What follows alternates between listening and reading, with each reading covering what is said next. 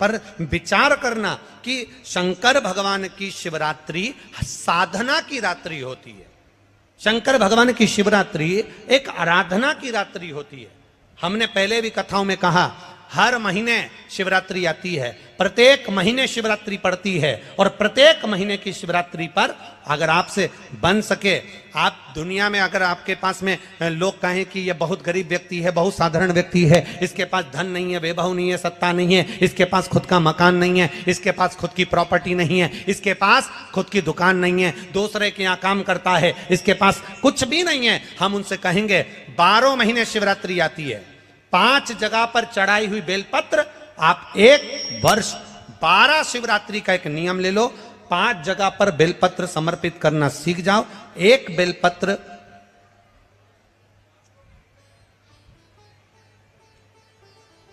ये शिवलिंग, ये जलाधारी, बहुत ध्यान से देखना, ये चरण जहां से जल नीचे गिरता है, गणेश जी का स्थान, कार्तिकेय जी का स्थान, ये हस्तकमल माता पार्वती जी का हाथ हस्तकमल, शिवलिंग भगवान शंकर का स्थान।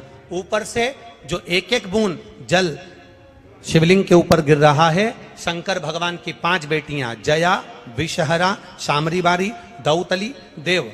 बीच में जो एक मोटी सी लाइन है वो शंकर भगवान की छोटी लड़की, क्या नाम है? अशोक सुंदरी। ये पूरे शिवलिंग का वर्णन।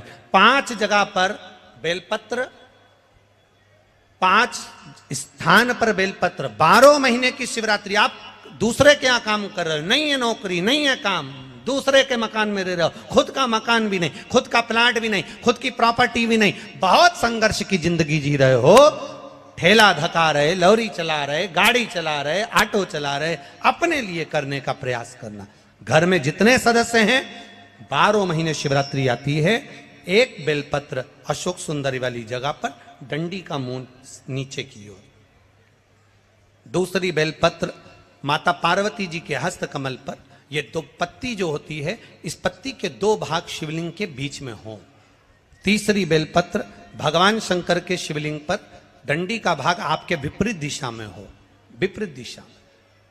चौथी बेलपत्र भगवान शंकर का जहां से जल बहकर जाता है, जमीन पर जो जल बहता है, जमीन पे से जो जल बहकर जाता है, चौथी बेलपत्र उस जमीन के जल पर जहां से वो पानी बहकर जा रहा है, पूरे शिवलिंग को छोड़कर जहां से पानी जमीन पर बहकर जा रहा है उस स्थान पर। और 5वीं बेलपत्र नंदी का जो पांव ऊपर उठा हुआ है, उस पांव के पास में 5वीं बेलपत्र समर्पित करना।